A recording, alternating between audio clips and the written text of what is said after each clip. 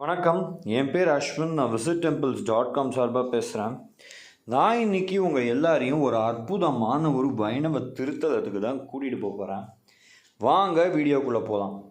நம்ம இன்னைக்கு எந்த திருக்கோயிலை பற்றி பார்க்க போகிறோன்னா, தமிழ்நாட்டில் உள்ள அண்மையில் உருவாக்கப்பட்ட மாவட்டமான தென்காசி மாவட்டத்தில் இருக்கிற கீழப்பாவூர் என்னும் ஊரில் உள்ள ஸ்ரீ லக்ஷ்மி நரசிம்மர் திருக்கோயிலை பற்றி தான் பார்க்க போகிறோம்.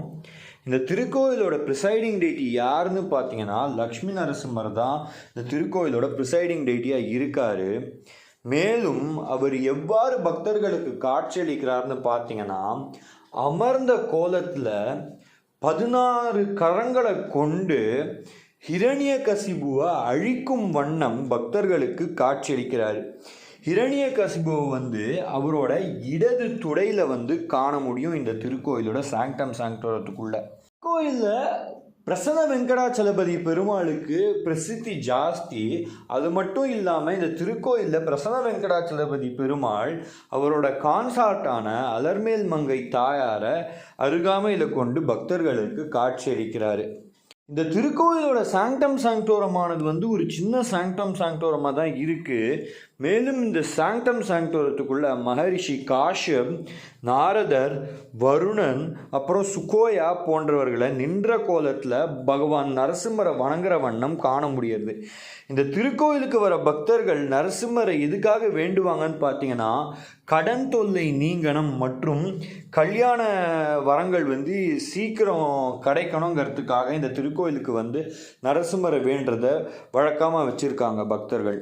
இந்த திருக்கோயிலுக்கு வர பக்தர்கள் நரசிம்மருக்கு எவ்வாறு அவங்க மரியாதையை தெரிவிப்பாங்கன்னு பார்த்தீங்கன்னா, பிராகாரத்தை சுற்றி 16 முறை வலம் வருவாங்க. நெய்விளக்கு மற்றும் பால் மற்றும் தேங்காயால் ஆன அபிஷேகங்களை செய்வாங்க. இவ்வாறெல்லாம் பக்தர்கள் நரசிம்மருக்கு அவங்களோட மரியாதையை தெரிவிக்கிறாங்க.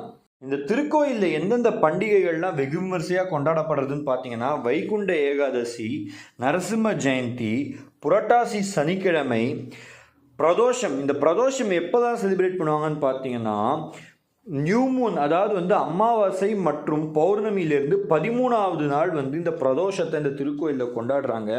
அது மட்டும் இல்லாமல் சுவாதி நட்சத்திரம் அப்பயும் இந்த திருக்கோயிலில் வெகு விமர்சையான பண்டிகைகள்லாம் கொண்டாடப்பட்டு வருது.